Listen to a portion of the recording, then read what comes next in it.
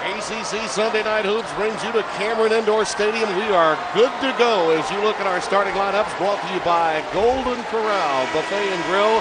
Over 60% of this offense has not scored a point at Cameron. Farouk Amino, Johnson, along with Teague and L.D. Williams and Chase McFarland, the veterans. And for the Blue Devils of Duke, Elliott Williams does get the call. John Shire will provide the offensive point guard for what has now become more of a motion offense of late with Singler, Thomas, and Gerald Henderson. Let's get G-Man's game plan for this one. Well, Tim, for Wake Forest, they're 17-0 and they shoot more free throws than their opponents, so they have to defend without fouling and attack the basket. For Duke, neutralized Wake's front line. 2 double-doubles in the game in Winston. McFarland had a near double-double. Coach K's got him in DEFCON 4 mode, partner. He was really pumped up during the lineups. And why does it always seems like Wake Forest is coming in here, but he knows the importance of this game, as does Dino Gaudio. We talked about it in the pregame. If you were wondering the last time Wake came in here ranked higher than Duke, it was February 20th of 2005. And Bernard Clinton's already noticing that Aminu and Singler jockeying for position. In that game, Coach K started 2 walk-ons, Patrick Johnson and Patrick Davidson, and they just absolutely went after sophomore Chris Paul. We'll see if the same is true tonight if they attack Teague as Johnson opens up with the first deuce. He is coming off a terrific game against Georgia Tech, his 7th double-double, 24 and 11. And that's going to be a nice matchup to watch against him and Singler.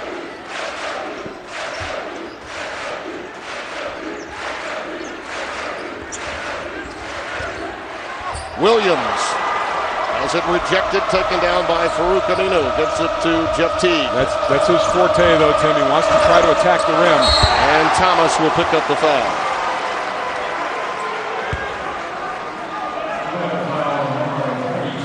This is an advantage for Wake Forest inside, Mike, as you mentioned, but a lot of times the way Duke defends, and that's been under some question of late.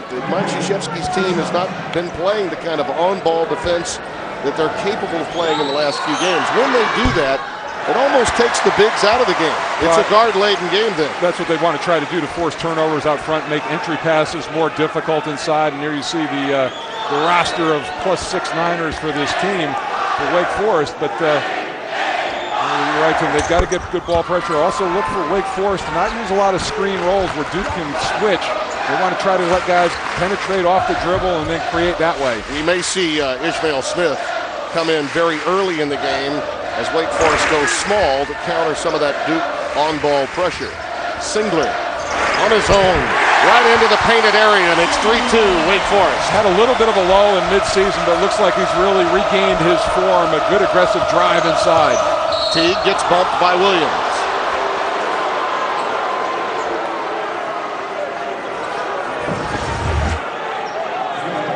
There's a look inside, and Singler moves very well without the basketball. You have to honor the 3-point shot, so Amino has to cover him outside. At all costs, if you're guarding him, I think you have to make him go left. Multi-dimensional quality that he has about him. Jeff Teague only had 11 points in the first meeting between these two. And Kyle Singler, of course, had a big game.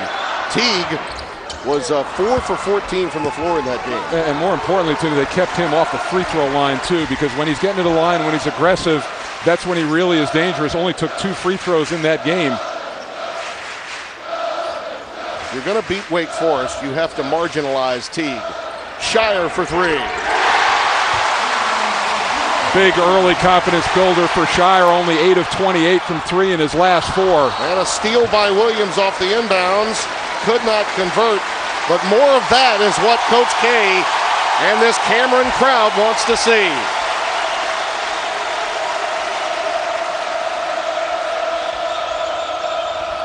Williams again with the pilfer. This time he converts. I talk about a confidence builder too. Man up on one of the best players in the league, and Williams with terrific hands. Johnson blows by Singler and drives it right to the rack. 4 players for Wake Forest can bring the ball out of the backcourt off the dribble. McFarland the only one who can't. Our officials tonight, Roger Ayers, Bernard Clinton, and Doug Sermon. Sermon's just got an earful from Krzyzewski. Williams comes right back and takes it to the rack. Got a hand on another one. Boy, I'd say he's earned the start. Singler grazed the iron. Shire collects it, and Duke retains possession. He's playing like Jason Williams right now. Shire, not this time.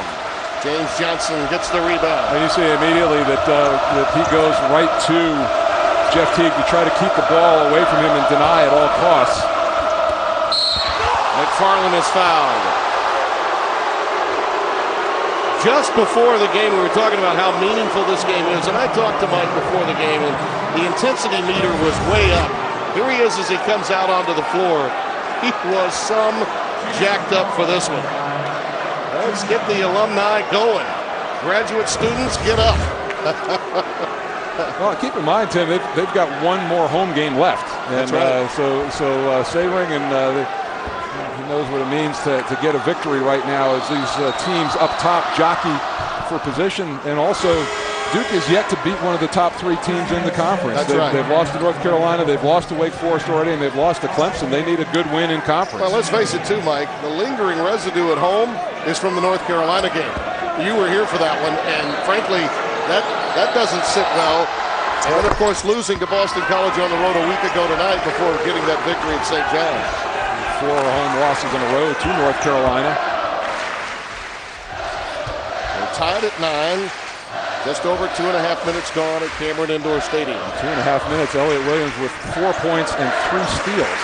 So 10 straight wins against Wake here at home. Henderson drops it through the nylon. I really think that's a tough matchup for James Johnson. They want to put some size on Henderson, and Johnson used to guarding out on the perimeter. But and Henderson, and he did a good job for about 30 minutes against him in the game in Wake Forest, but Henderson came alive in the last 10. Well, Dino Gaudio told us it wouldn't take long for Ish Smith to get in the game, Mike. Look up, and there he is out on the floor. McFarland gets the roll. He has really improved offensively this year. Well, and he could be the X factor. His minutes have been down lately, and he's had trouble with fouls and staying on the court. But they need him out there, need him as a productive counterpoint on that on the front line. Henderson looking to go backdoor, well defended by Johnson. Williams pops for 3, missed everything except the backboard. And we've got a scrum, tie ball with the arrow to the Devils. Miles Plumlee coming into the game. It's quite an ovation. The freshman from Warsaw, Indiana. And a nice round of applause for Lance Thomas as he takes a seat. They've been high on Plumlee. He played well the other night against St. John.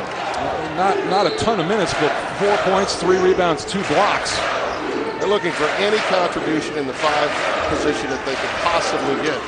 Ryan Zubek played well early in the year. His minutes have diminished some since. Shot clock at 2. Singler has to jack it up. It's off the front rim. Johnson's got L.D. Williams in a snowbird. Flushed it home. And because of that quick shot, there wasn't good rotation back defensively for Duke that time. Good look ahead by Johnson, and Williams is the one guy who can really finish on the fly.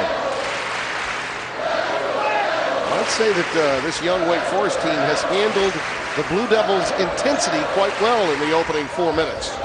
Henderson lost it on the way up, fouled by Johnson. James Johnson with a beautiful find, and LD knows what to do with it. Early on, Wake with a 2-point lead. From the freshman from Memphis, Tennessee, Elliott Williams, getting it done on both ends, driving to the 10, and also getting the job done defensively with grand larceny. Coach K says he earned this opportunity. He responded in great fashion, and he also won a spot, which is, a lot of people like to be given spots. Some people like to earn them. He earned it, and hopefully as a result of earning it, it's his. He gets a quick blow now, Mike, but he was very effective, and they needed him because Wake Forest is right there, leading by 2 in the early going. And it really helps a guy like Gerald Henderson at the line right now. It gives him somebody else who can slash and take some pressure off him in that manner. But a huge confidence boost, and no disrespect to St. John's, but a different deal to come into this atmosphere in this type of game against the team of the quality of Wake Forest, and he's responded very well. This has not been a particularly good Duke shooting team, and I spoke with Coach K before the matchup tonight, and he said, look, I'm not worried about shooters getting minutes. I'm worried about our guys playing the kind of defense, particularly on the ball, that Duke basketball has been about. Nice pass. Johnson to Williams again. Singler rejected him. In traffic, Williams needs some help. And he throws it off of Plumlee. Out of bounds with 16 to shoot. Very solid double team inside by Duke that time. Really, Williams, no recourse. Nobody really came to him to relieve pressure. Ishmael Smith will trigger it in. We've had 5 ties already in the first 4.5 minutes of this game. So many weapons on this Wake Forest team offensively. They're just young. That's really the only negative thing you can say about this club. How you handle a full cup of success. Shot clock is under 10. Smith decides to do it on his own. What a scoop to the hoop by Ishmael Smith. Well, Singler showed hard, and then he turned his back on Smith, and Smith just went right up behind him. He's so quick. It really solves a lot of problems when you have a point guard at the end of the clock situation that can create like that. Henderson's three off the back rim. Johnson tries to run it down, but does so to Singler. And he puts it right in. You never save the ball under the other team's basket like that. If you don't know you have absolutely somebody to throw it to. That was a giveaway 2 points. Well, Smith, a little push off there. A little back and forth between he and Ishmael Smith. He's fortunate he didn't get a second foul there. Here's the look. You see the little screen roll action, and as Singler shows out, now he's trying to get back to Johnson, and nobody really helping in on Smith. Got a little chippy between Nolan Smith and Ish Smith for a moment there. Officials did not see a little push-off after the whistle had been blown. The foul was tagged against Nolan.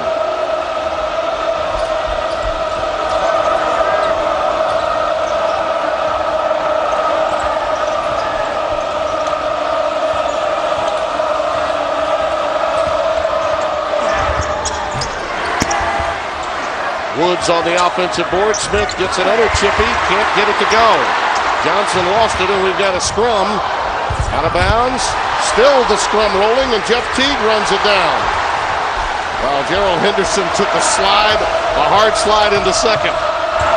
Woods not there. Out of bounds. Last touch by Wake Forest. 6 ties already in this game here at Cameron Indoor Stadium. Tim Brando, Mike Jaminski, all-important ACC encounter between the nation's number 8 and 9 teams, Duke and Wake Forest. Jim Hildreth also with us. It should be a lot of fun, end to end throughout this game. Singler. And Thomas gets the putback. Well, he has been really solid for Duke. That's where he gets most of his points, playing off other people's offensive rebounds. Johnson's three does not go. Singler clears it for Duke. Nolan Smith has Elliott Williams with him, along with Lance Thomas. Williams getting the start again tonight after playing so well against St. John's earlier this week.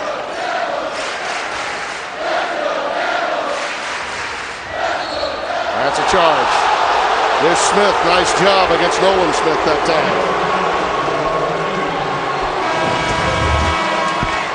Just keeping his chest up. And that was just the arm getting out there a little bit extended by Smith right there, and that's what gets the push. Second foul on Nolan Smith, and he takes the seat. Let's go down to Jen Hildreth. Well, Tim, just watching Ishmael Smith out on the floor, I talked to him before the game, and he said his biggest job in this game was to keep everybody calm. You guys have talked about a lot of these young Wake Forest players not having played in this building. He's shown some real smarts on both ends of the floor. And right on cue, that one did everything but go down. Lance Thomas clears it. Shire for three. Rebound to Al-Farouq Aminu, and a bad pass picked off by Shire. There's a freshman error at Cameron Indoor Stadium. Well, that's the thing. When you're playing Duke, they switch immediately to defense, and that was a heads-up play by Shire. Absolutely. Williams is all over the place. They are in attack mode here at Duke tonight. Again, in the passing lane, Paulus knocks it away. The number of deflections already, Mike, incredible for the Devils. Yeah, Tim, I'm surprised you had the courage to ask Coach K about an offensive question before this game. Nobody ever played their way onto this floor shooting 60%. Yeah, believe me, he gave me that look As if I'm not concerned with shooters' minutes. That's right.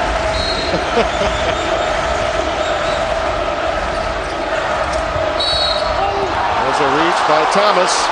Will be tagged, and Mike Krzyzewski letting Bernard Clinton know all about it. This is an officiating crew we have not seen much of on ACC Sunday Night Hoops. Bernard Clinton is a veteran we've seen here before, but not much of Roger Ayers or Doug Sermons. Greg Paulus picked up that foul. There you see the Deacons shooting. They need to hit shots from outside to soften up this Duke defense, and Farouk Amino turned it over again. That's number 6 against Wake. Those kinds of turnovers, though, that don't lead immediately to points for the opposition, you know, that's okay. When you play Duke and you play North Carolina, it's those live ball turnovers that Wake has had previously in the backcourt that really kill you. But a dead ball turnover, at least you get to go back and set your defense. Shire back on the floor now, operating at the point with Paulus, Williams, Thomas, and now McClure. Very small lineup for the Blue Devils. McClure missing the game up at St. John's with the stomach flu. Back out here, they really need his presence on the floor. Does so many little things without the basketball. We got 4 guards and really a small forward, Lance Thomas, on the floor. Paulus from way downtown, and he's fouled. That'll be 3. See, now you want to show out hard, but if you're Chase McClellan as your center, you don't want to pick up a foul 20 feet, 25 feet from the basket following a three-point shooter. And those are the kind, those cheapies, that can add up a little later in the game when you get in foul difficulty and it's close. You say, why, oh why did I commit that personal that early in the game?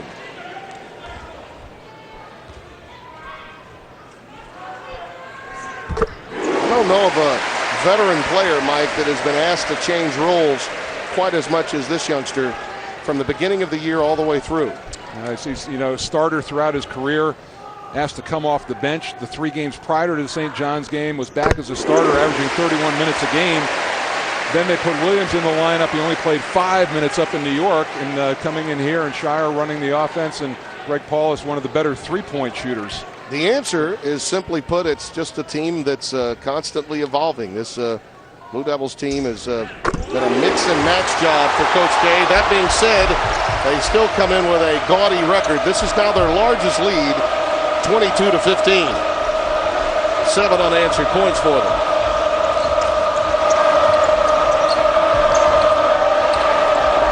Smith working on Williams. There's the runner off the blow-by. Wave it off. Offensive foul. Dino Gaudio disagrees vehemently.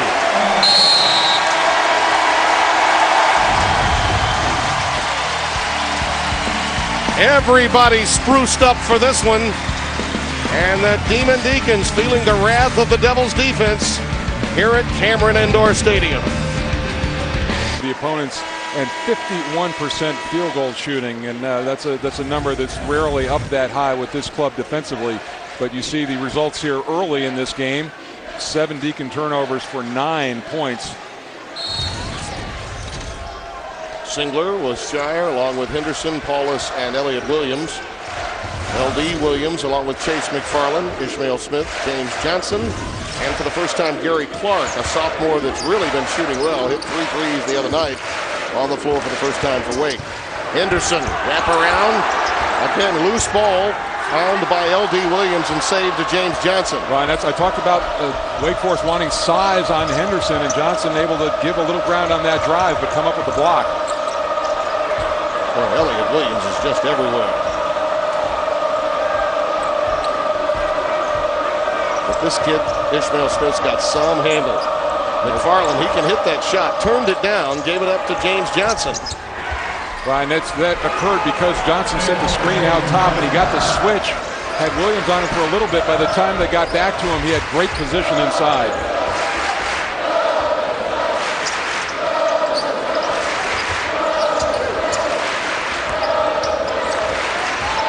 Singler's got McFarland on him. That's a mismatch. He knows how to put it on the deck. Got a little help, though. LD Williams got in the way. Shot clock winding down, and Shire hits. Wow! What a bailout by Shire. Wake played 28 seconds of pretty good defense there. But then Shire is seeing a big basket. He's hit some tough shots in this game.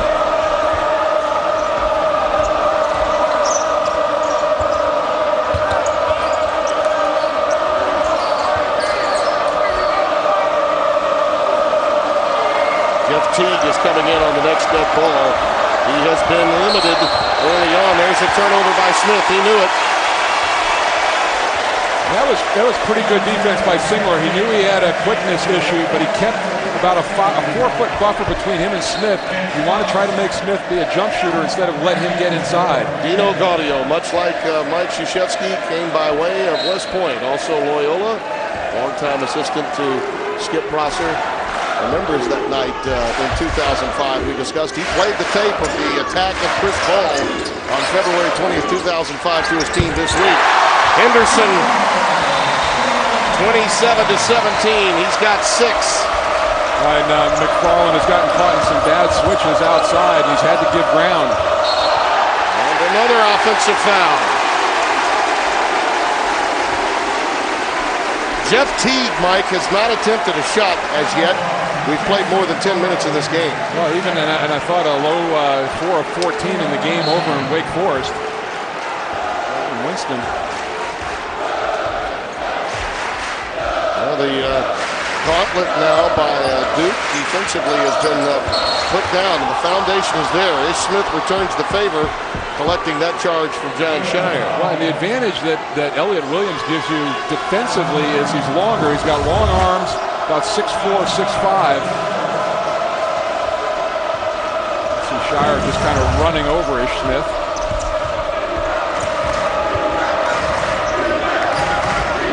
Nice move by Johnson. Could not handle the pass. Saved it, though, to Ish Smith. Good presence of mind by James Johnson. He couldn't collect the ball. Never lost his poise, saved it to Smith. See, that's what you have to do against Duke. You know they're lurking in there to draw offensive charges, so you want to pull up before you get to the rim. Nice defensive work by Ish Smith there, covering that backdoor cut by Elliott Williams. McClure re-enters the game. David McClure, the senior's been sort of a do-everything complimentary player all season long. Greg Paulus also comes in for Elliott Williams. Fans are loving Elliott Williams right now.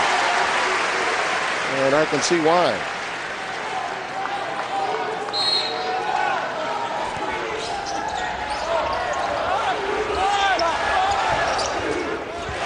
Shire, always check the guy that's triggering the inbounds pass. Smith gets it out to Teague. Will he pump his first? Nice ball fake, but then he throws up an air ball. That was, I think, a frustration shot more than anything, wanting to get into the offense. There were no black jerseys back underneath for our offensive rebounding coverage. Mike, in each of the games the Demon Deacons have lost, he has been marginalized. There are times when he can go a little bit invisible. Right, and I think he's helped to go invisible by the attention that he gets defensively. Singler. Long rebound to Teague. He is an incredibly talented player.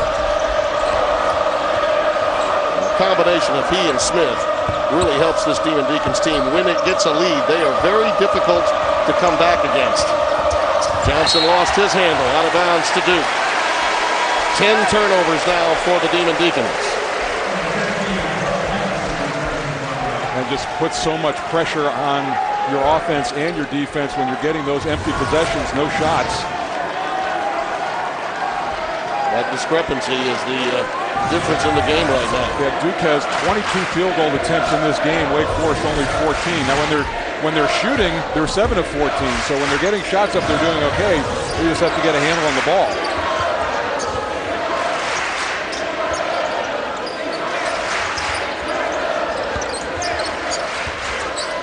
Henderson. That's a tough matchup for Teague right there, because Henderson can just back him down and elevate and get his shot anytime. During this run, there's a foul. A clear out. No, it's on McFarland. They got McFarland, did they? Yeah. Moving pick. Well, Chase now with 2. He'll be forced to sit. And Weaver will come and make that his 3rd foul, Mike. Yeah, and here's the thing. I mean, just no chance. He was moving. He never became stationary, setting that screen, trying to free his teammate up for an easy layup. Boy, not a smart foul. No. So the 2 of his 3 have been ill-advised.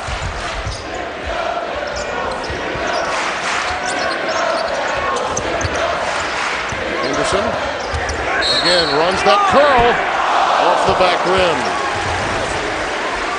Foul will be tagged against Jeff Teague. Blue Devils lead by 10. In conference right now and right back in the hunt in the conversation for the NCAA tournament, and NC State, since going to a big lineup, have won 4 of their last 6.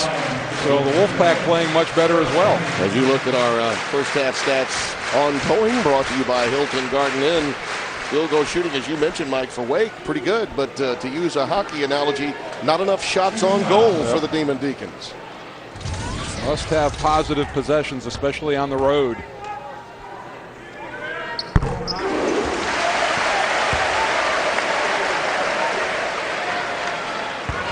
Henderson has carried the burden, I think, in many respects, for scoring during this recent offensive skid that Duke has been on.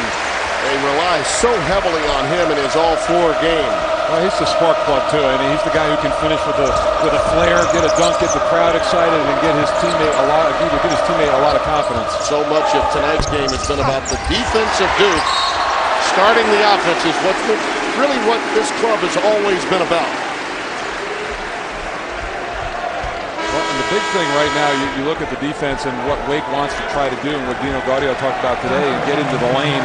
Only 3 times so far have guards been able to penetrate off the dribble and get into the lane. That is solid defense by Duke. Farouk Amino picked up the foul, and Henderson will be back at the stripe. They have an opportunity now to open up a 14-point lead. So oftentimes, how you respond to those waves of success for the Blue Devils at Cameron. This is still a very young team. Will they have an answer between now and the intermission? Well, I think the thing right now, you talk to Dino Gaudio and talk to your team and try to play this game in a 4-minute increment. Try to win the next 4 minutes and chip that lead down. You're not going to get it all back at once. We should mention, too, the reason why so many of these players have not been here ever before is because they're so young, and no longer is there a home-and-home situation between these two teams.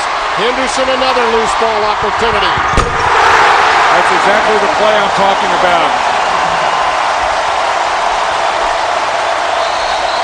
All of a sudden now the defense gets energized. Good timeout. Yeah, I mean, embarrassment is at your doorstep already with 7:15 remaining. Wake went stone cold with the game tied at 15-15, and they've been blitzed ever since. The ball just kind of slipped out of Johnson's hands, but Henderson very alert. They've been outscored 22-4 since we were tied at 15.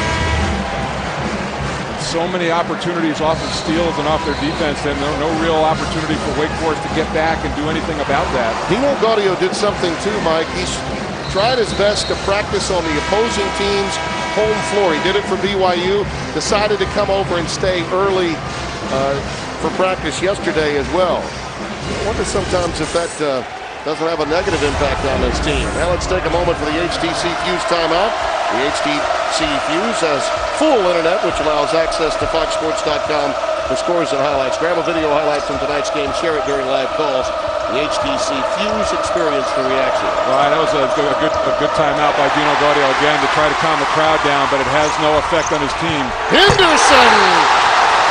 Bring down the Raptors!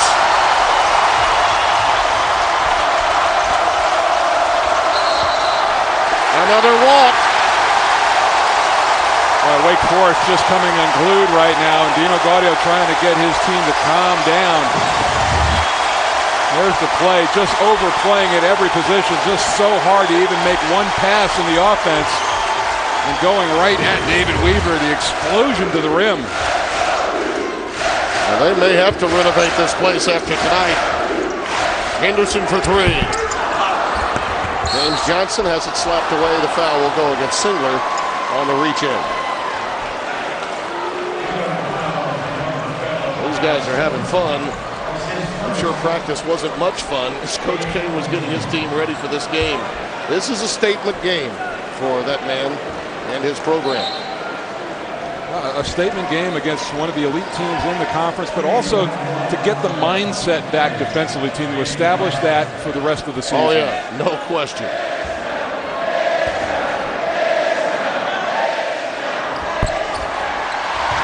You did not get where you are without having a signature, a foundation, and on-ball defense has always been that, and it has clearly been dominant tonight. They just ran Henderson across some screens along the top of the free throw line, and James Johnson completely out of position. Singler again off the pick. Another timeout for Wake Forest. They've completely lost their poise.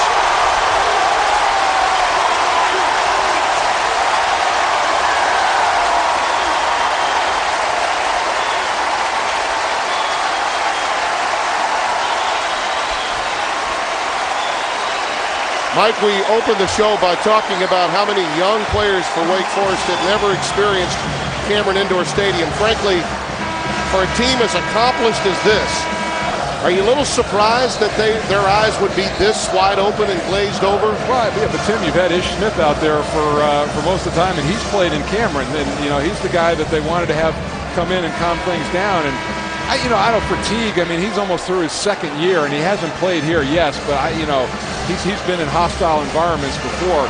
This is a function of Duke defensively not allowing Wake Forest to do anything. Well, it's time to stay in the game with just for men hair color. There you see the turnover story, huge. The Devils winning the battle big time. That's an incredible. I mean, they are close to 20 turnovers, and there's still 6 minutes left in this half. Smith and Teague finally. Jeff Teague gets into the scoring column for the first time. It's 41-21. Well, Dino Gaudio made sure he got one of his scores, the ball, out of that timeout.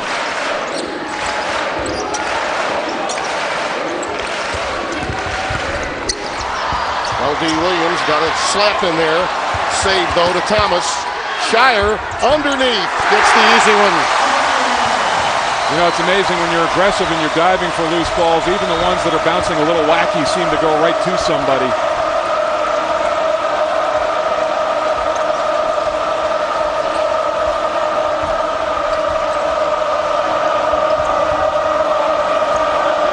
Teague working on Shire.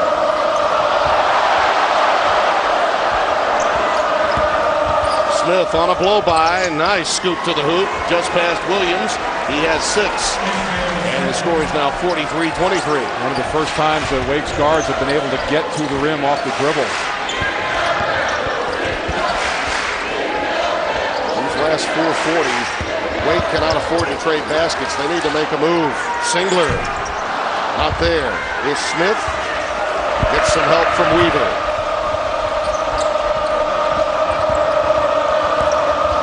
Stop and go by Teague. Weaver not ready for the pass, but did corral it and gets the bucket. Timeout, Mike Krzyzewski.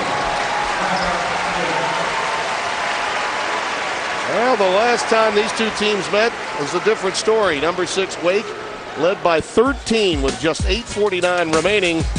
But Duke's Kyle Singler and Gerald Henderson got it rolling. They would combine to lead the Blue Devils in what would be a furious comeback. Eventually tying the game with just 10 seconds left. That was a huge shot by Henderson.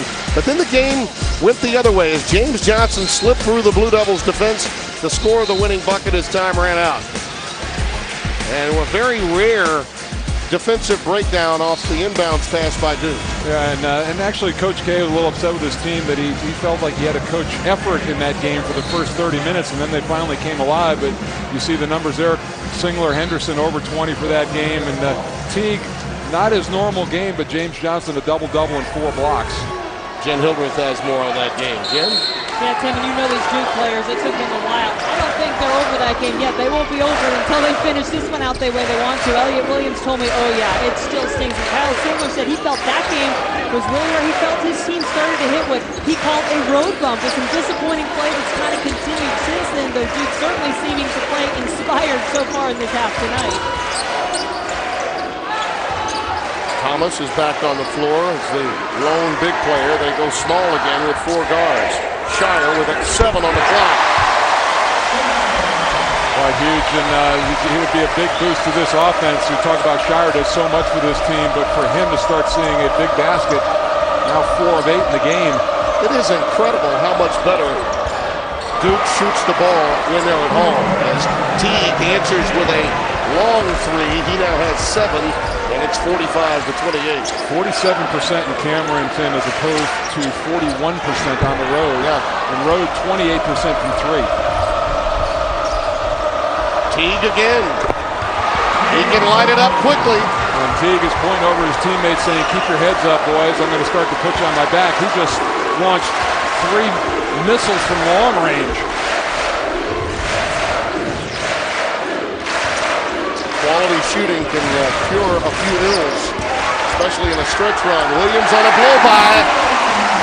Lefty, you got to understand, a left-handed player wants to get that way.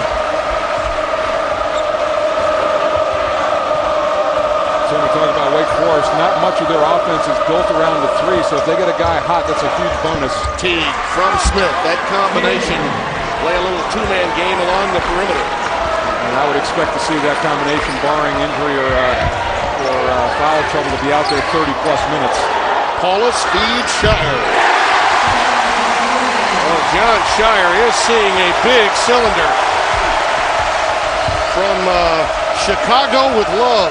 Already 50 points for the Blue Devils in this game. L.D. Williams from downtown. Well, Wake is not going away, and they've hit some huge threes to keep Duke within sight.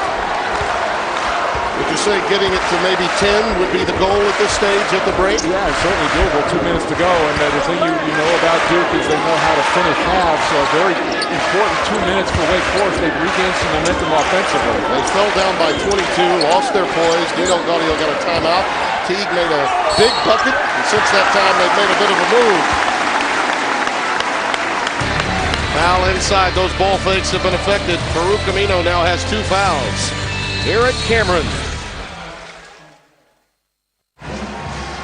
Duke ahead by 14, and they've built this lead basically on their defense and the pressure and turning Wake Forest over, especially in the backcourt. Elliott Williams new into the lineup, seeing some early results, 3 or 4 steals. John Shire very effective, very aware and alert, going back on defense. And then Gerald Henderson also very quick with his hands, and the thing that they've done, Tim, is they've converted these turnovers into points. 16 Wake Forest turnovers into 23 points, almost half of Duke's offense there. Mission accomplished for that man, at least the first 18 minutes plus in tonight's game. Very meaningful game, as we mentioned, in terms of the overall conference standings. The loser of this game will drop into 5th place, which requires an additional game played in the conference tournament, as the top 4 seeds don't have to play as many games to win the ACC championship, which, by the way, is won at the conference tournament, unlike a few other leagues. I always felt the conference champion should be dictated or crowned by the regular season. Even with the now with the expansion, the unbalanced schedule still, I think that is proven over 16 games rather than 3 or 4. Yeah, but as they say, the granddaddy of them all of conference tournaments, though, is the ACC, and that was one of the reasons why it took on such tremendous importance through the years, was the banner would be given out based on who won the tournament, not the regular season. But I agree with you. In principle, I do. Yeah, I mean, if you want to give the bid out that way, that the automatic bid, that's fine. But I think the true champion should be crowned during the regular season. Nolan Smith picks up his 3rd foul, and this way, Wake Forest slows it down, gets an opportunity at 3 baskets. And let's face it, too, we know why the tournament was formed. Absolutely, cash, right? No question. Smith sitting with 3. McFarland a casualty for Wake Forest due to fouls.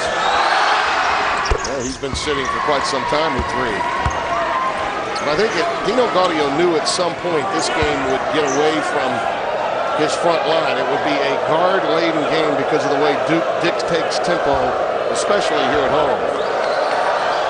And Teague, who went over 10 minutes without shooting a basket, much less making one, has now really gotten going. 10 of the last 12 points for Wake belong to him.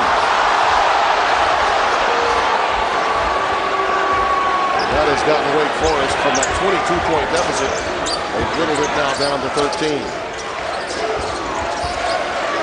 There are towel boys at the corners of both back courts that are consistently wiping up the floor as the ball goes from one end of the court to the other. There was a problem with perspiration on the deck, condensation coming from the top of this building, Mike, during the North Carolina game when it was also about 70 degrees outside. It's not as hot tonight as it was that night, but still. There was a real problem in the broadcast position with perspiration, I'll tell you that. And what happens if it gets hot in this building and the rafters start to sweat and it drips onto the floor? That's the issue. Harold Henderson picked up his second foul as you look at the Pizza Hut scoring leaders in this game. Johnson not there. McClure clears it to Elliott Williams. Always seems to be around the basketball. David McClure, a real nose for it. Had a couple double-figure rebounding games already this year, one of them against Wake Forest and Winston. It's a big defensive sequence now for Wake, and they get the charge. Nice defensive work that time by Weaver, which gives Wake now an opportunity to cut this thing down to 10 or 11 points before the break. Which I don't believe in moral victories at all. And this is a freshman mistake for Williams. Got his head down right there. Just didn't understand when to penetrate and put the pedal to the metal. But I tell you, as dominant, as active as Duke has been defensively, if Wake Forest can get it to double figures or under 10, that would be a moral victory. 2 fouls now on Elliott Williams. They run Plumlee now at Teague, who blows past Shear. A little floater, and he drops the teardrop through the hoop. 51-40, an 11-point game.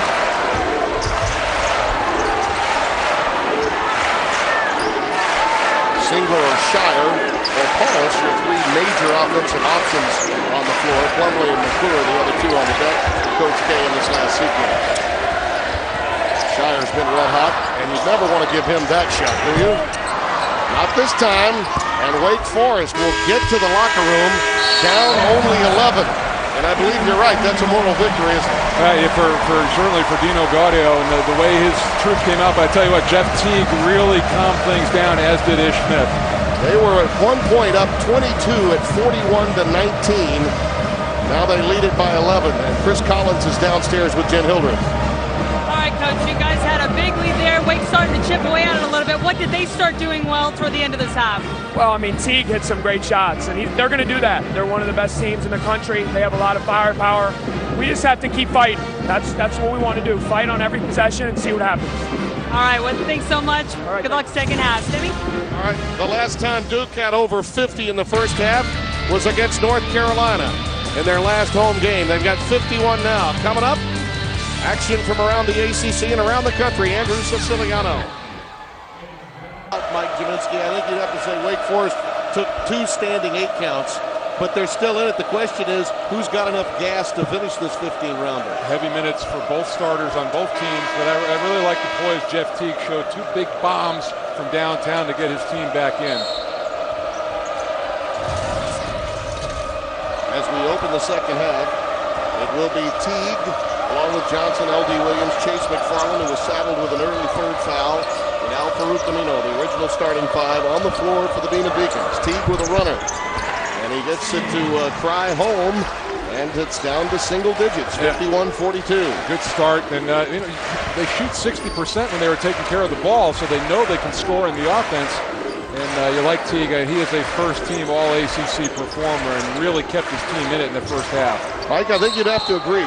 Wake Forest is the deeper team, but they have a lot of guys that logged a lot of minutes in the first half, perhaps minutes that they're not accustomed to. Duke, I think, is a team that has relied so heavily on Henderson and Shire. You have to wonder if the pace of this game will allow for them to be at their best late. Certainly, I think heavier minutes, better. You're able to sustain that more at home, drawing on the crowd and the energy. Singler with 3 on the shot clock. Off the front iron. Long rebound corralled by Johnson. The big fella knows how to put it on the deck. Chase McFarland gets the tip. 6-4 Chase. And it's 51-44. Just like that. The Deacons down only 7. Dino Gaudio waving up L.D. Williams. He wants to put a lot of pressure on Shire.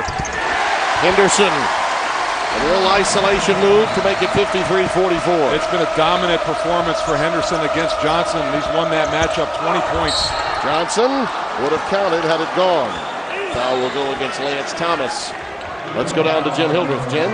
Well, Tim, I talked to Dino Gaudio at the half, and I got to tell you, he was as disgusted as I've ever seen him at the half of a ball game just because of those careless turnovers that gave Duke so many points. 23 points off of turnovers for the Blue Devils in the first half. He said, we've just got to give ourselves a chance to get back there and guard. When we do that, we're okay. I think he took the steps necessary in preparation, Jen, to have his team focused for tonight's game. And for about a 4 or 5 minute period, Mike, they lost their poise. Well, and I also think that there were some good uses of timeouts by Dino Gaudio to try to keep things under control, and eventually his team responded, but they were necessary at the time. Over 90 seconds deep here in the second half, and the Blue Devils lead it by 7.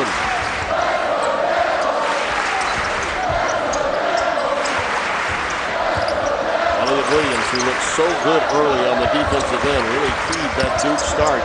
Got them to that 22-point lead at one point.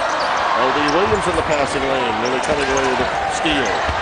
Teague got a hand on that one. It's deflected. And they're on the deck, and it's high ball. The arrow to Duke. You know, it's interesting, Tim. We talked about the people who haven't played here before.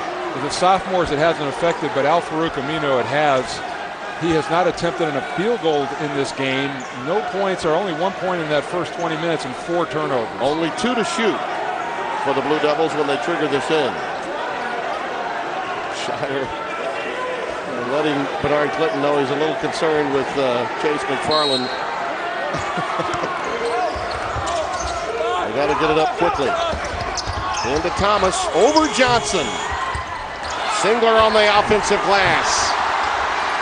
Shire gets it up and in. Counted and a foul. Are they going to wave that off? Look at Mike Krzyzewski with the jacket off. I thought he got a foul to go with it. Apparently not. No, it was going to be a goaltending call if it didn't go in on its own. I think Mike thought there should have been a foul. The jacket came off quickly. You want to know where the inspiration for the second 20 minutes is going to come from. It's going to come from the guy in the white shirt. Yeah, the man that has the court named after him.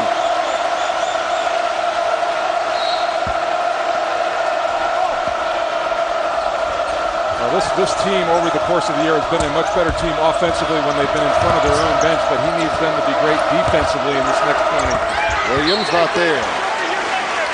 Out of bounds.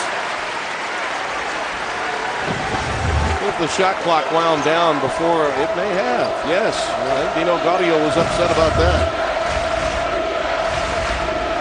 But then Mike Krzyzewski said, wait a minute, where's the hoop and the arm? And actually, frankly, we didn't see the light go off. Yep.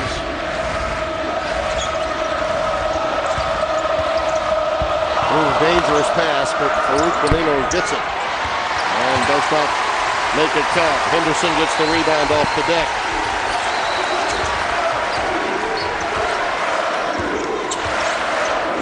That mismatch we were talking about, and a rare turnover by Henderson. 5 on the game for the Blue Devils. Ish Smith comes right back onto the floor, and Chase McFarland will sit down.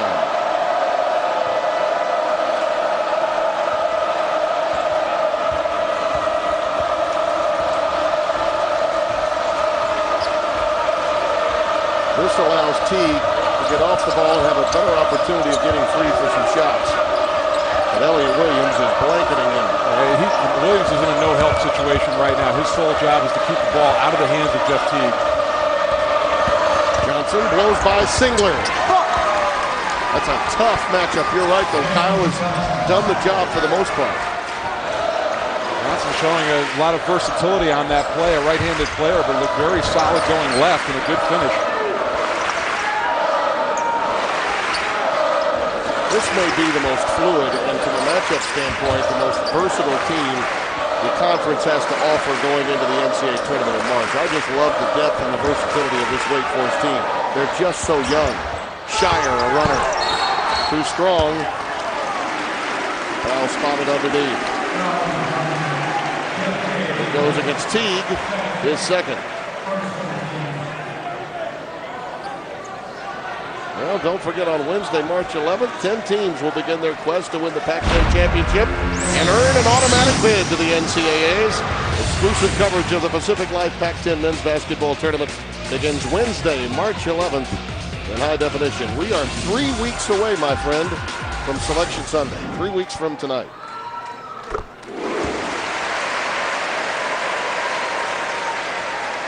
Terrible stuff, and Coach K very passionate, talking about 7 or 8 teams from the ACC. Oh, yeah. Well, and big wins for Maryland over the weekend. Maryland and certainly Miami had to have that game. They got it against Boston College. James Johnson again going crossover right at Singler and follows his own shot. Well, it's been James Johnson in the early moments of the second half, Mike, after it was Teague in the last 10 minutes of the first half. Loose ball pulled away by L.D. Williams. Decides to take it himself. And they closed the gap to within 5. This is as close as they've been since that incredible run by Duke of 22-4, when the score was tied at 15.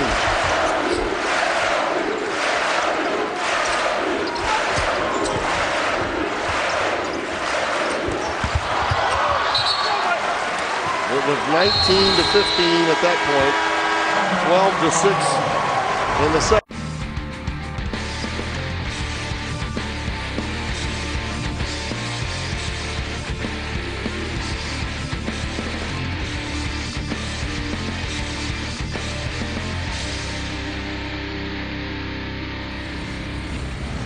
As you look at our game summary, Mike Kaminsky, I think that we may be on our way to a classic. This game, the ebb and flow of it, and the different runs that we've had in the game, pretty event-filled, don't you think? Well, and you look at Wake Forest, and they're doing a better job. They're not turning the ball over. They're keeping Duke calm down in the half court, and they're shooting 20 of 34 on the game.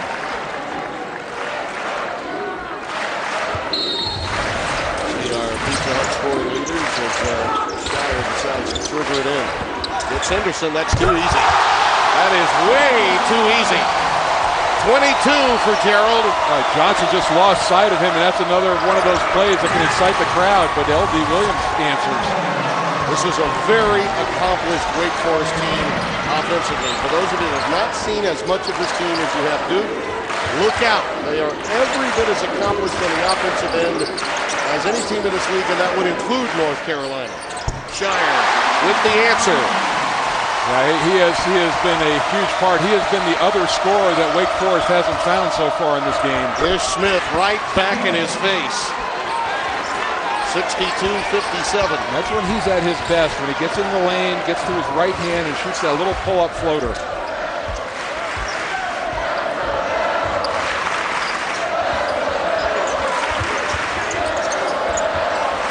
Schreier pops out off the pick by Thomas. Rebound control by Farouk Aminu. Big fella's not giving it up. Finally he finds Ish Smith. Oh, what a look away! What a look away pass to James Johnson.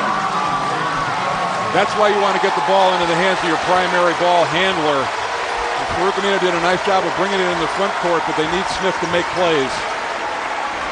62-59, a one-possession game.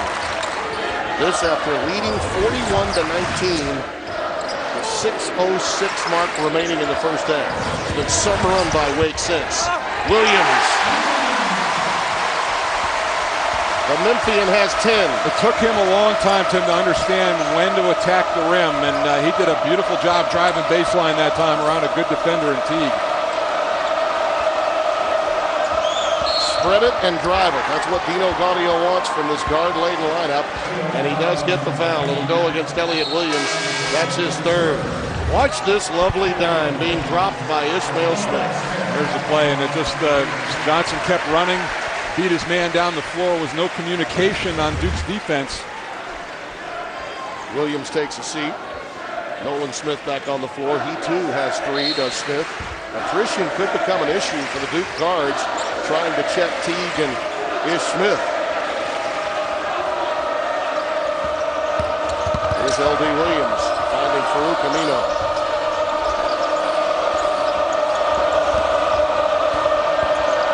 There's a nice dribble drive. Smith knows how to do it.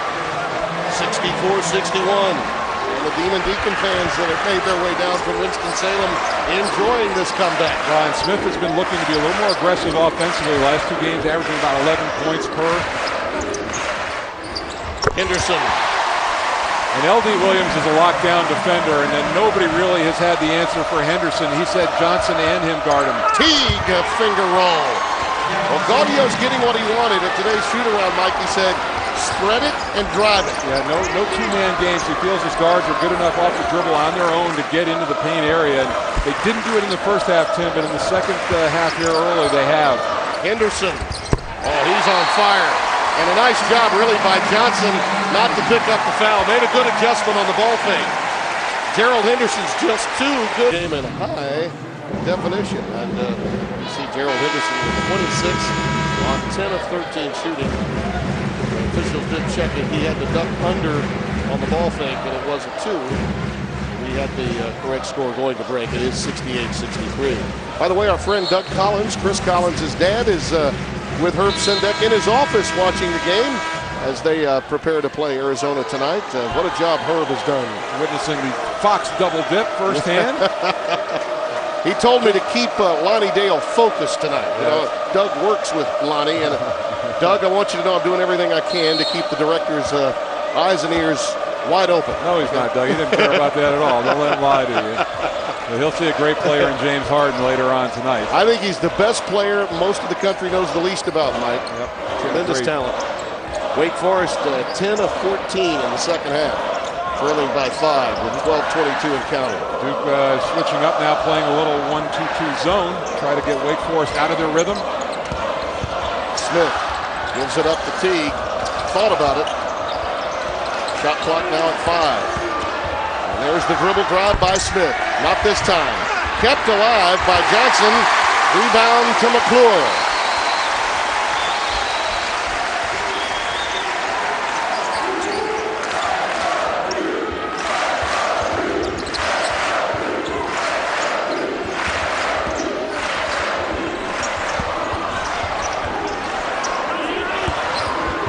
Smith, the fadeaway.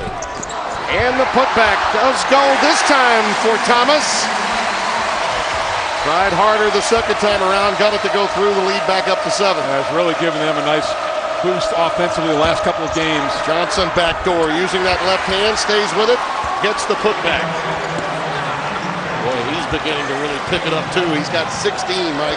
You know, at times, Tim, he's drifted outside a little bit, but when he is in the paint area, he is a man, and he is very difficult to contain.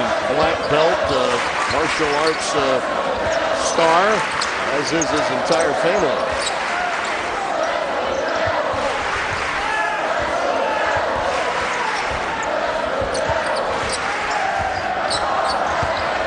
Shire.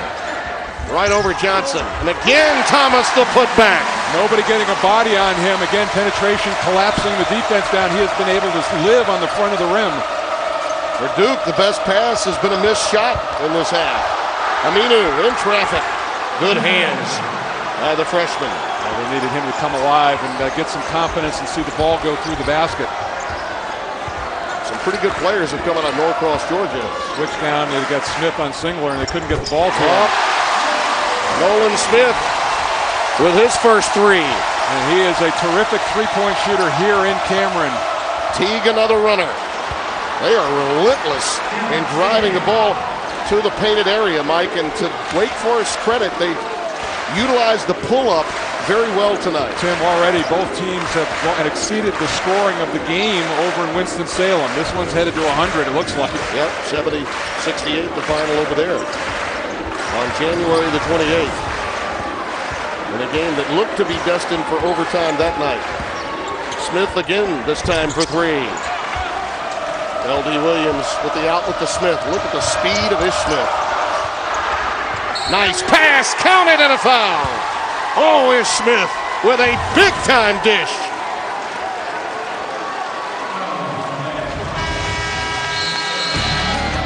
Count the basket. Foul may have gone the other way. Still a big-time dish. We'll be right back.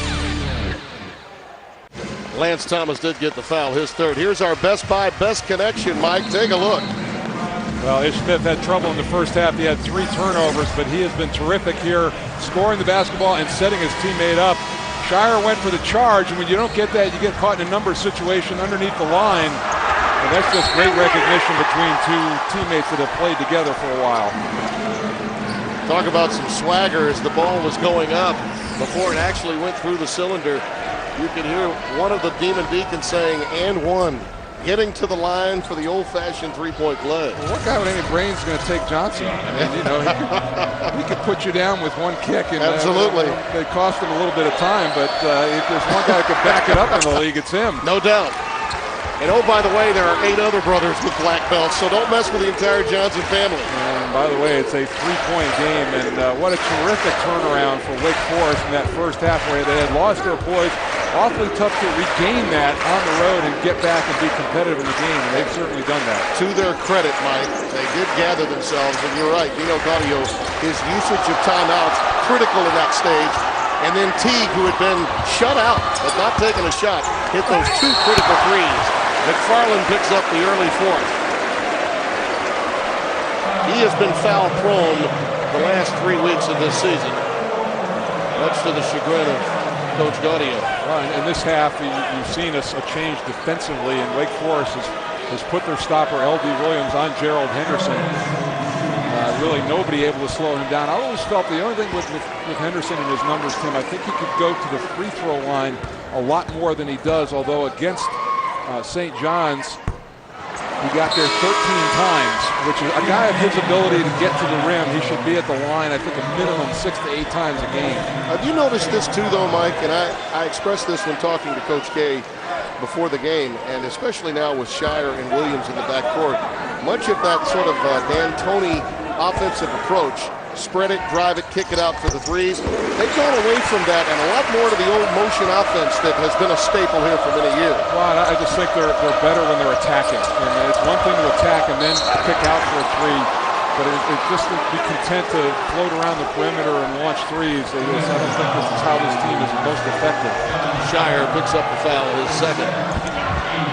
Team gets to the free throw line. The issue for this club prior to the last 6 games was offense. It was not defense. And in the last 6 games, going 3-3, we showed you the numbers, how they were giving up more points, quite a few more points. They've decided now to go with the best 5 players they can get on the floor defensively to get back to the signature way of winning here at Duke.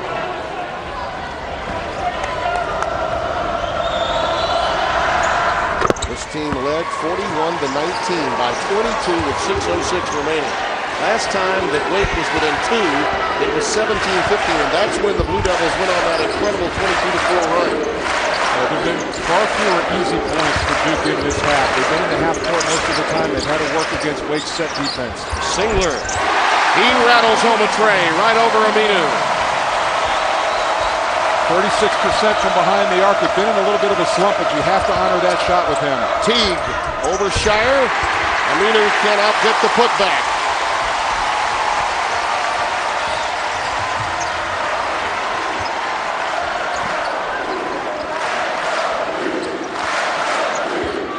There you see the points in the paint by halves.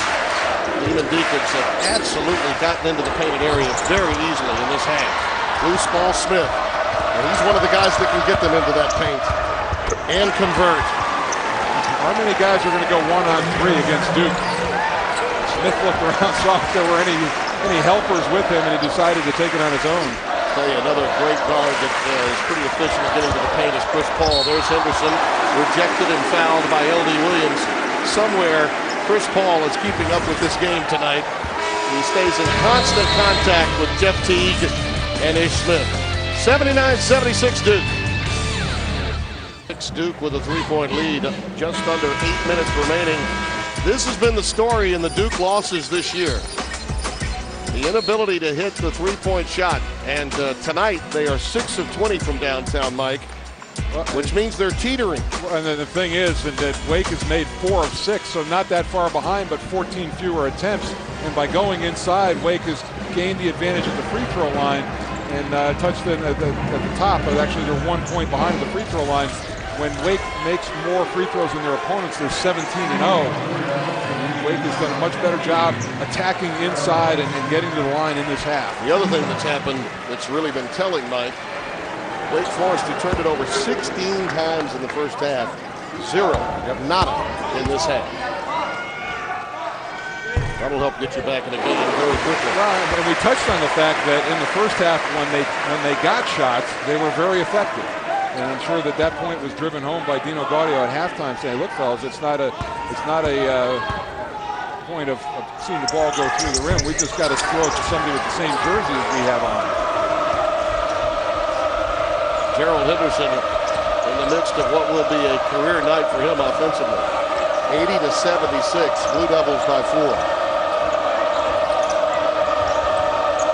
Alley-oop for Minu from James Johnson. Off the screen roll on the wing. They've got the mismatch, and Shire had no way to play him. Pretty good pass, too, wasn't it? By a big man.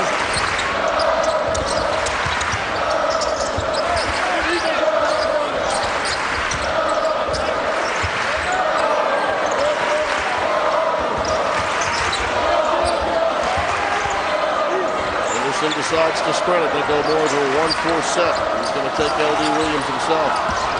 Now gives it up to Shire. Nice ball fake. Induces the foul for Mitch Smith. And he'll get 3.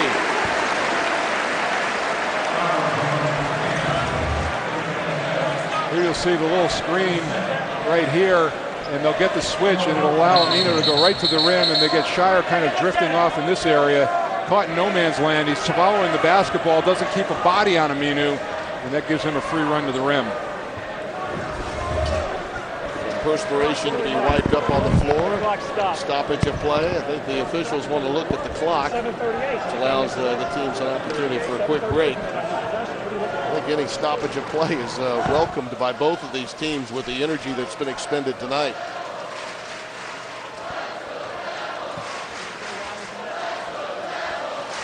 .7:14.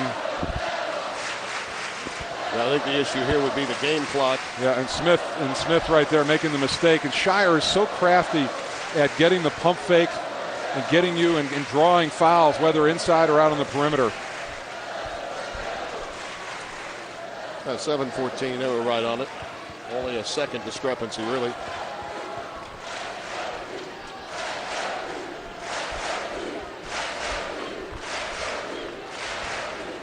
From our catbird seat here atop Cameron Indoor Stadium, whenever we have these stoppages of play, we're always mindful of what's going on. I believe. Raise your arm. You've got a big stool this year, so your hands are really big. You know that? They're actually the clock had stopped while the ball was still playing, so they're trying to figure out how many seconds to add. It stopped at 7:16. You could almost reach out and touch your jersey hanging from the rafters here. You know, you really could. So the clock does go back down to 7:05 remaining. So a few more ticks. There it is. And that's not the only time Mike Jaminski hangs from the rafters of a building in the ACC. Even opponents put you there. I'm down a little, John. Yep. Tree Rollins scoring over me. At least it wasn't a dunk, though. You did force him into a fadeaway jumper. That's right. I took his strength away, made him beat me with his weakness. And another to come for Shire. Nolan Smith checks back in for Lance Thomas. Well, John Shire's up to 22. He and Henderson just have to play big.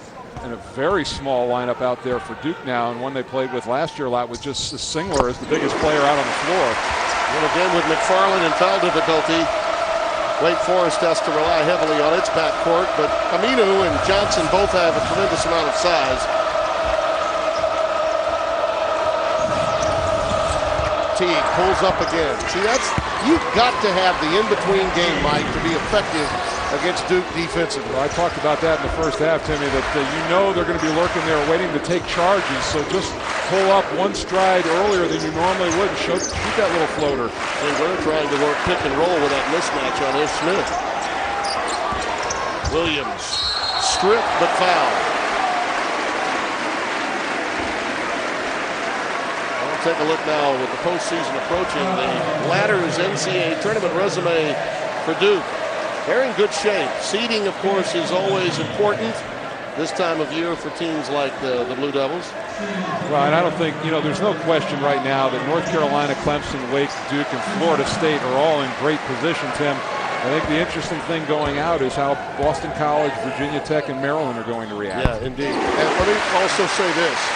After Florida State's win at Virginia Tech last night, it's time Tony Douglas got consideration for Player of the Year in this league. He has been incredible. Yeah, and now Ty Lawson needs to be in that conversation. Absolutely. Right now. The way he's playing for North Carolina, that Hansbrough's a given will be there. And Jeff Teague, I think, is in that conversation. Absolutely. Florida State is the team out of this league that has just absolutely gotten no attention whatsoever nationally. They're the LSU of the ACC. Absolutely. Henderson would have counted had it gone.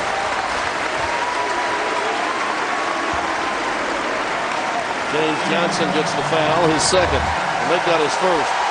This is a great matchup for Duke, I think. With Teague on him defensively, he's not used to guarding a guy in the post, and Henderson has got some good moves down there. Plus, he can elevate and get his shot.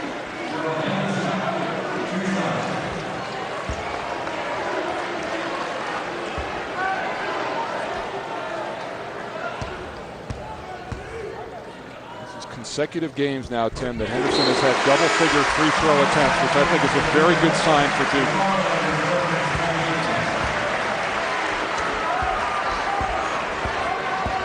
Minu takes a seat. And again, Chase McFarland playing with 4 is back on the floor.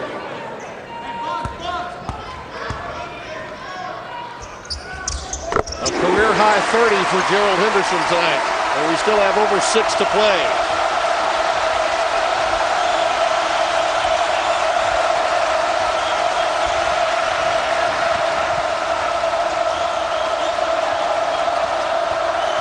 Williams all over Teague. Baseline drive, distracted by Shire. They get the turnover.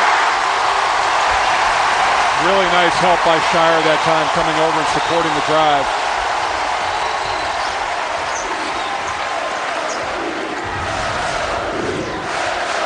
First turnover of this half for Wake Forest.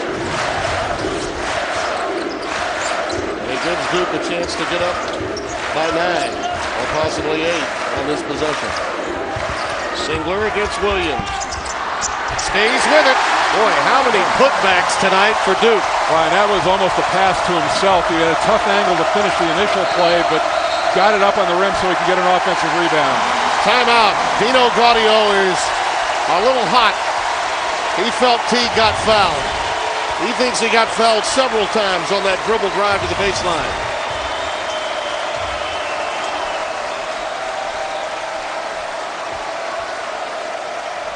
Roger Ayers is finally going to come over and say a little something to him. Right, you like the fact you got a coach sticking up for his player and his star scorer, but Gerald Henderson has been terrific offensively and defensively in this game. What a finish at the rim, doing it inside, outside, knocking down jump shots and posting up guards when he's got them off defensively. And by month, you could see steady incline for Gerald Henderson. And we're not done with February. And with this 30-point effort plus tonight, he could likely increase his numbers this month. Let's go down to Jen Hildreth. Jen? Tim, little Duke trivia fact for you here. The last time a Duke player had 30 points in a game was J.J. Redick back in 2006 against Florida State. So Gerald Henderson flying high in some pretty elite company right now. Indeed. Well, J.J.'s kind of come alive at the next level. Had some big shots last week. Good to see him getting some playing time in Orlando. There's another steal. This one by Thomas. Not a great decision by McFarland, but Thomas doing what you do down there, fronting the man, making that pass very difficult.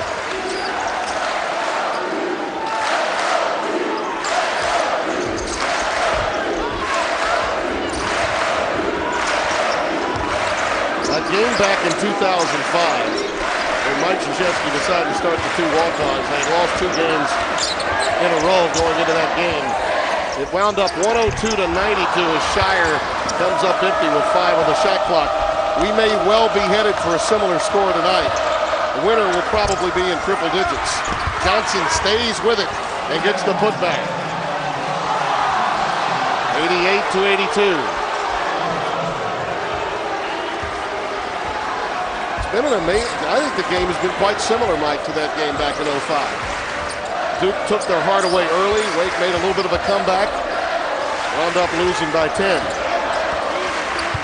Williams knocked away by L.V. Williams as James Johnson actually knocked that one away as Elliott Williams was making his move. Yeah, nice poise, and boy, for Elliott Williams, what a nice way to be and reward your coach for giving you some time. Back-to-back double-figure games for him, and a pretty nice play right there to create. Shire triggers it in.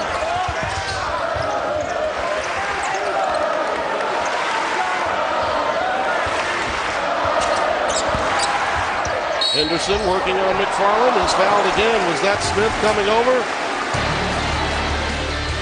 It's L.D. Williams picks up the personal. Timeout. Look at the standings in the Pac-10. Lorenzo Romar has very quietly done a tremendous job, and the reemergence of Washington is there. Been a tough couple of weeks for UCLA. Likely to drop out of the top 25. They went 0 for the Desert. And how about Mike Montgomery at Cal coming in, having immediate impact there, and Russ Pennell.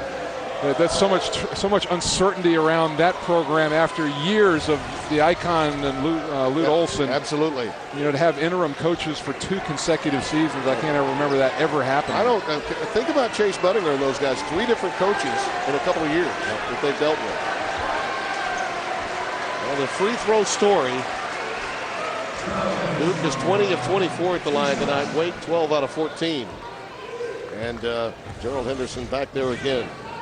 As you mentioned, he should get to the line, in your mind, even more than he does. Yeah, and the last game against St. John's was his first double-figure free throw attempt game this year, and he matches it here. He's had a nice mix. He's taken bigger players with Johnson outside and shot the jump shot. He's taken smaller defenders into the low block. Mike, they have not been allowed the opportunity to get into the lane on those dribble drives quite as easily in the last 5 minutes of this game. Let's see if Smith can get them there. He does create the opening for L.D. Williams, but the 3 doesn't fall. You take your chances. L.D. Williams hit a 3 in the first half, but he's a 22% shooter on the year. You take your chances. You would like, if you're Duke, to see him pull the trigger.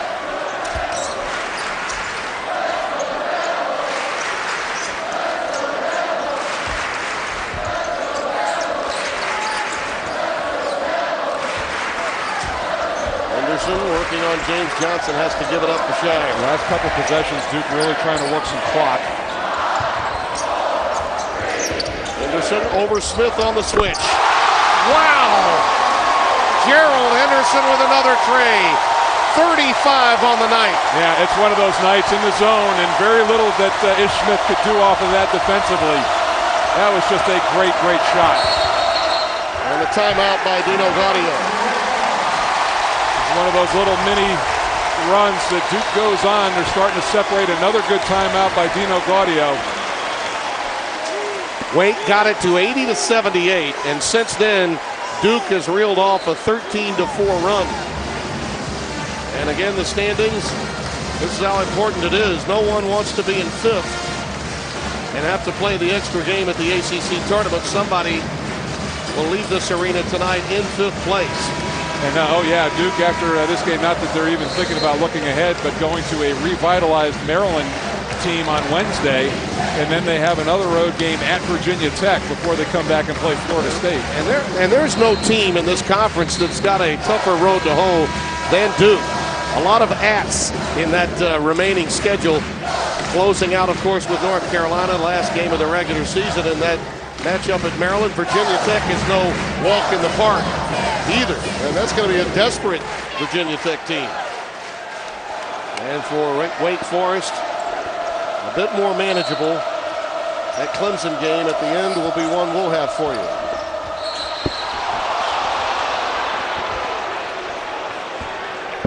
Foul spotted inside. Goes against Elliott Williams, whose hands have been in passing lanes all night long. That's his 4th foul. Still far away from the bonus. Wake Forest will trigger it in. That's the 15th foul against the Blue Devils.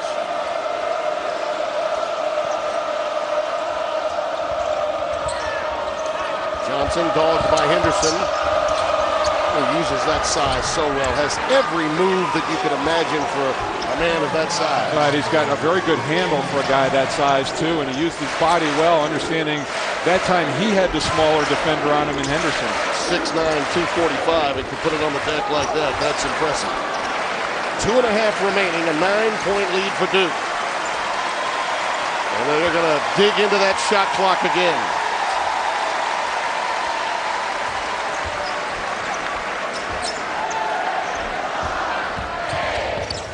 Shire. Timeout.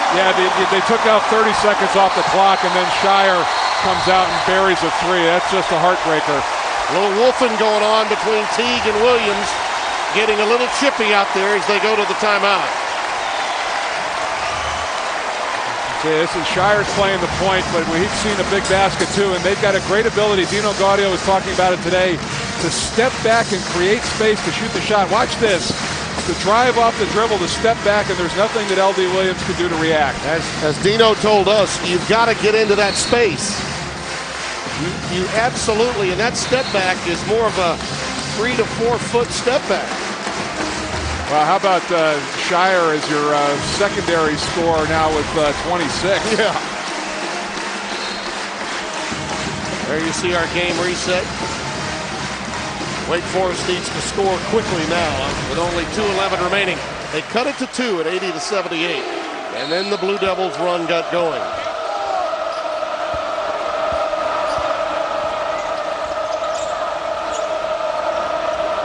Absolute must possession here as the foul goes against Nolan Smith.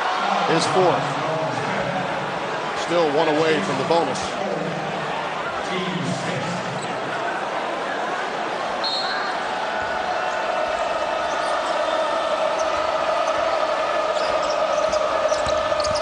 Teague again takes it, splits the double team. Aminu can't finish, but does draw the foul. It will go against Nolan Smith, and that'll be his fifth. And that was pretty good defense by Elliott Williams, understanding his foul trouble, and yet he kept his arms up and really made that a tough shot for Teague to make.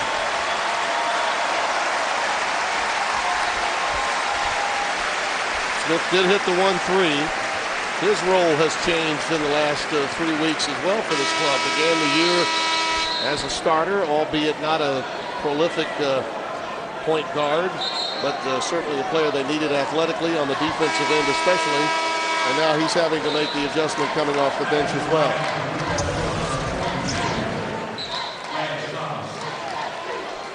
I don't remember, Mike, in recent memory, a Mike Krzyzewski coach team that had as many lineup changes and really evolved through a regular season as much as this one this year. I agree with you, Tim. And roles changed and tinkering and guys coming in. Plumlee's gotten a little bit of time. Certainly the Elliott Williams move has been a dramatic one, but it's one that has paid dividends. Zubek earlier in the year was getting quite a bit of playing time. And I think that in many cases, it's all about the matchups with this club. The choreography from Wojo and Chris Collins.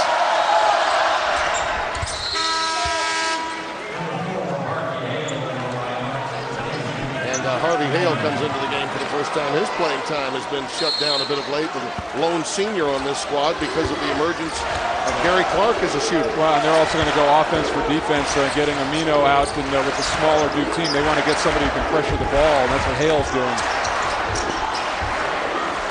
Lance Thomas, if you're going to pick a guy to foul here, Thomas is the guy that you want to get into, and Williams also has not been to the line that much, 54% for him, so those are the two guys you want to pick out. Elliott Williams will get to the line. I mean, you haven't played as much as Elliott through the course of the year. Only 24 times has he been to the stripe coming into tonight's game. He's 1 of 2 tonight. Well, and throw that out, too, because he's never been in a meaningful game in this situation at the line, so this is a new statistic.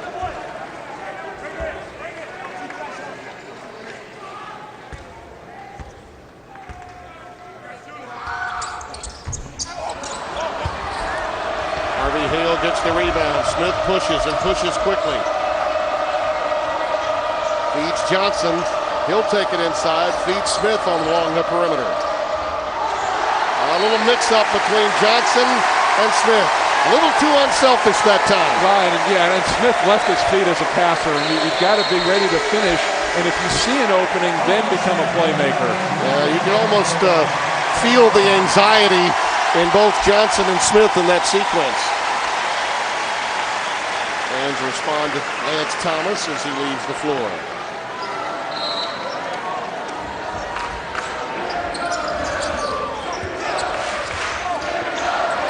Curious now, do you go ahead and find number 20 again? Elliott Williams, he's far from the basketball now. You don't want to foul Henderson. The ball may not find him. That's true. unless he's right at the rim finishing. Paulus, the next likely at 69%. L.D. Williams picks up the foul. And as you mentioned, Paulus will be the next worst at the stripe that's available for Wake Forest to foul. As you see, nice conversation between James Johnson and Ishmael Smith saying, boy, I messed that one up. No, I did. They were both kind of looking at each other going, my bad there in that last offensive sequence. Mike, I'm impressed with the way Wake Forest acquitted itself after it fell down by 22 in the first half. Yeah, and from the coaching standpoint, Dino Gaudio did a terrific job of massaging his team, getting their ego back and getting their confidence back with some early timeouts, pointing out, saying there's a lot of time left in this game, fellas, and they chipped away. They didn't panic, had the game back under control going into the half, and then really got off to a great start at the start of the second half. And Duke has opened the door now with a couple of missed free throws. Johnson banks it in. The bank is open late in Durham, North Carolina. And on Sunday, too. 58.3 remaining. And it's 96-89. You got to call that one. In horse you do. At the end of a big game you don't. Any glass up there is friendly, and just a little bit too much on this one, but sometimes that backboard helps you out. Johnson is a capable three-point shooter, just over 31% on the year. I thought he almost double-dribbled after he hesitated before launching the three. That may have had something to do with it being a little bit long. Take a look and see if that hesitation almost double-dribbled here. Yeah, Singler out. Singler was giving room because he didn't want the drive and the fumble, and because he caught it, he was able to corral it and give himself some space. Why not? Well, we talked a lot about the intangibles in this game, turnovers, points in the paint, those kinds of things. And tonight, so many of those intangibles, really the reverse of what we saw in game one back on January the 28th. But it's been interesting, Tim, in the second half. It's been half court against half court offense, and there's been not a lot of breakouts and not a lot of transition stuff. It's just been good, sound offensive basketball. Well, particularly when you look at Wake's numbers in those turnovers, they had about a 4 or 5 minute period where they just got lost and had to find themselves again. And once they did, then they righted the ship. And on the offensive end in the second half, with the same kind of pressure. I mean, Duke's on-ball pressure has been pretty good. Wake Forest just has not turned it over in the second half. Only 3 turnovers this half for Wake after 16 in the first half.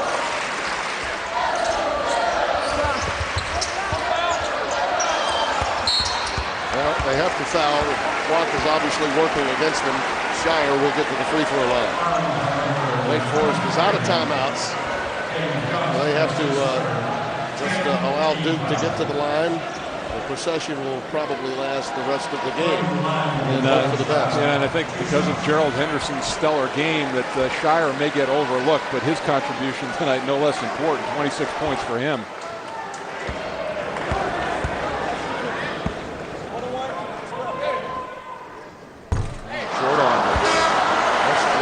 Misses now, 2 of the front ends of 1-and-1s, and now this 2-shot opportunity for Shire. And he's 6th in the conference at 84%. And here comes an offensive for defensive substitution. Gary Clark, the 3-point shooter, in for L.D. Williams. He could be switching everything, guarding the 3-point line.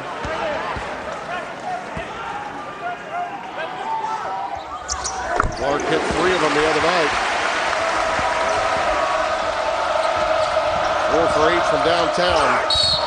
And that's an offensive foul on Smith. And Clark was just ready to eyeball a 3, and he was wide open. Well, and what happened, Smith saw him, but what he didn't see was Henderson stepping up in front of him. He's looking right now over to the corner, and Henderson stepped right in. Yeah, and he left his feet, Mike. And how many times do you see that happen? That is textbook Duke basketball.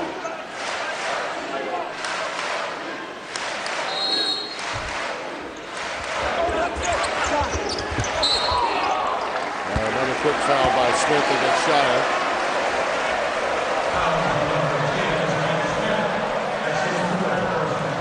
Mentioned a few moments ago that game back in 05 with Chris Paul ended 102-92.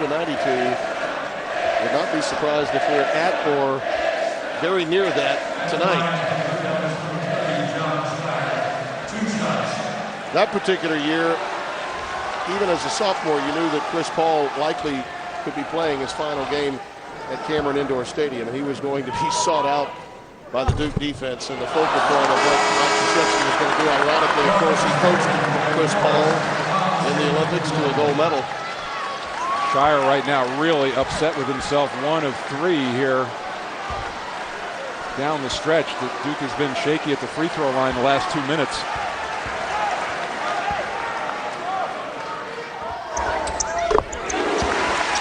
Still a 9-point game. Career high for Shire and for Henderson tonight. Teague pulls up. Not there. And Singler gets the rebound. Yeah, Dino Gaudio is going to call it off.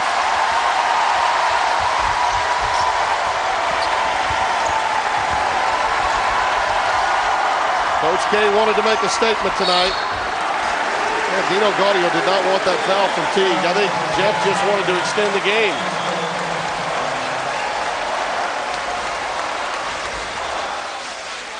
Well, John Shire, he'd been in a shooting slump, had not shot a great ball for a lot of the year, but has come on recently and certainly gave his team a huge lift in this game, especially in the first half as a counterpoint to Gerald Henderson. Shire 5 of 10 from behind the arc. Mike, here's my question. I think it's the burning one nationally about Duke. They go out and they play hard for 40 minutes. No one ever questions how hard they play. You see Henderson leaving with an unbelievable night, a career-high 35. They expend so much energy, though, and this team is not exceedingly deep. And as you've said, the barometer for them this year will be all about what they do in March. Will their legs be fresh enough to carry them deeper in the NCAA tournament? Yeah, I think they got guys who are healthy, and you know what, Tim?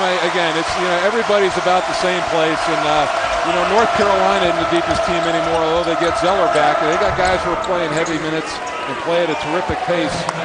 I think this team is in a little bit better position than they have been in recent years. Well, from the health standpoint, you're dead on. Yeah. They have been battling injuries in so many of those tournament games. And all of a sudden now you get Elliott Williams who's coming in and getting minutes, and Plumlee's coming in and getting some minutes, so maybe they're expanding their roster. And oh, by the way, so much for statistics as it relates to defensive intensity. In a game where Mike Krzyzewski was all about defense, his team managed to get to the century mark. And of course, that offense is always going to improve with a sound on-ball defense. And give up 91 points to Wake Forest. That's right. This is a very accomplished Wake Forest team, and if they get the proper seed, and I'm thinking probably a 3 at worst, a 2 more than likely, this club could go very deep in the NCAAs.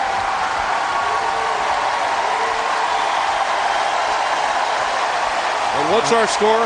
It's 101-91.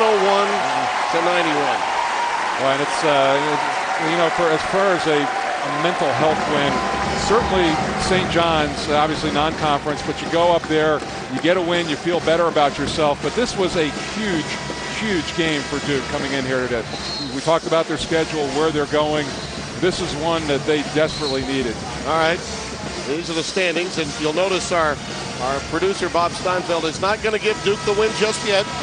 We're not penciling in number 8 just yet. Ever since the Al Gore Florida snafu, he has waited till the end to do it, waiting for the final buzzer. He's not ready to commit. But I think a lot of people this time a week ago, Mike, felt that North Carolina had sewn up a 1 seed for the ACC tournament. Think again. It's not over. James Johnson for 3. Too strong.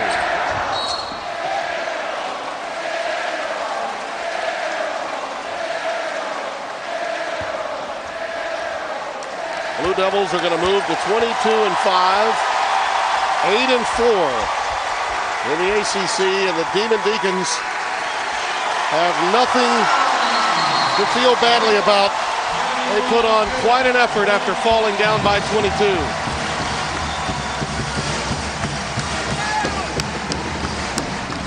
Back to wrap it up from Cameron Indoor Stadium in a moment.